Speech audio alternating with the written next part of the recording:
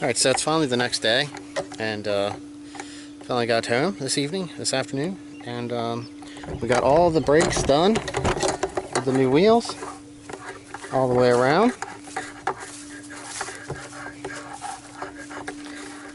So right now what we're going to do is we're going to jump in the truck, we're going to start it up, we're going to go through the break-in procedure on new brakes, which is 4 or 5 consecutive stops from like 40 down to 5, and you don't want to hold the brake on because you could actually seat the pad into the rotor, and you want to drive a little bit and let it cool, and then you'll do like 3 or 4 or 5 stops at like 35 down to 5, and that actually builds heat in the brake pads and the rotor.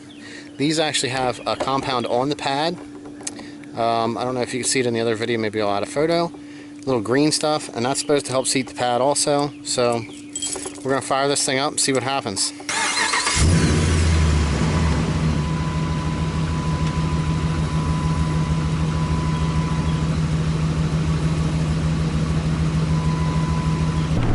Alright, so coming up to about 45, and I'm hitting the brakes. We're slowing down. About 10, and what this is doing is it's actually heating up the brake pads and getting them seated in.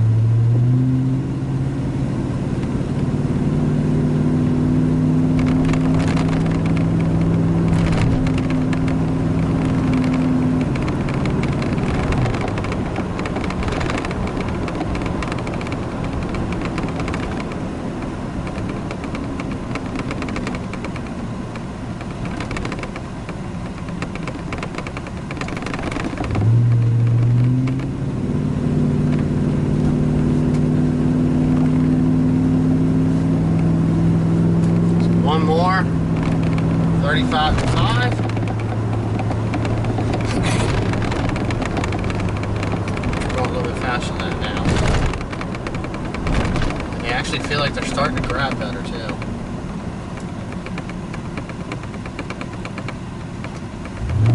Okay. So now we want to do, now that we did that, we got them heat set. We want to drive for a little while and actually allow them to cool before we come to a complete stop. Alright, so we did our drive. We got the brake pads set. We drove around for a good 5 or 6, maybe 8 minutes without actually applying the brakes. Since I was diagnosing my ABS, I wanted to make sure I had my brake pads seated before I threw the fuse back in. And I did have to replace a left front wheel speed sensor. So what this is going to do, it's going to let the ABS activate, and it'll run through its self-test when I fire it up again. So I'm going to go through this in under the hood.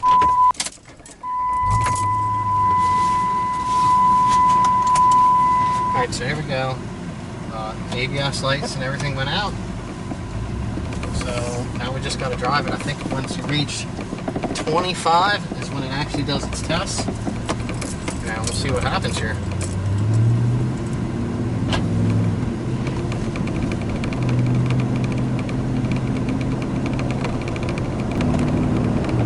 far so good. Usually this thing acts up by now. I was getting the pulsation, and the ABS would actually start to activate when you were trying to push on the brakes, just driving normally with no abrupt stops. And I believe it was actually a bad sensor, so maybe we got lucky. When I get back to the house, we'll walk around, we'll see what our rotors look like, with the pads actually being seated in them now since they're not new anymore. And that'll pretty much conclude the break-in pad video. And then we'll just drive this thing some more and see how it acts, and we'll do a small review on it. Alright, so everything seemed to work out pretty good. We got the brake pads seated into the rotors, and we actually have no ABS light, and everything seemed to be working out alright. But I will have to drive it some more. But this is what we look like now. It's got a little bit of wear marks there after getting them seated. Not much. But yeah, I mean, everything seemed to come out pretty good. Here's a peek at the back brakes. You can kind of see in there. Really nice though, really nice. Like I said, the rotors and the pads I used are from Detroit Axle, and the lugs are supposed to be a factory lug. So, but yeah, getting the Power Wagon up and going. Thanks for watching, guys. Till the next project.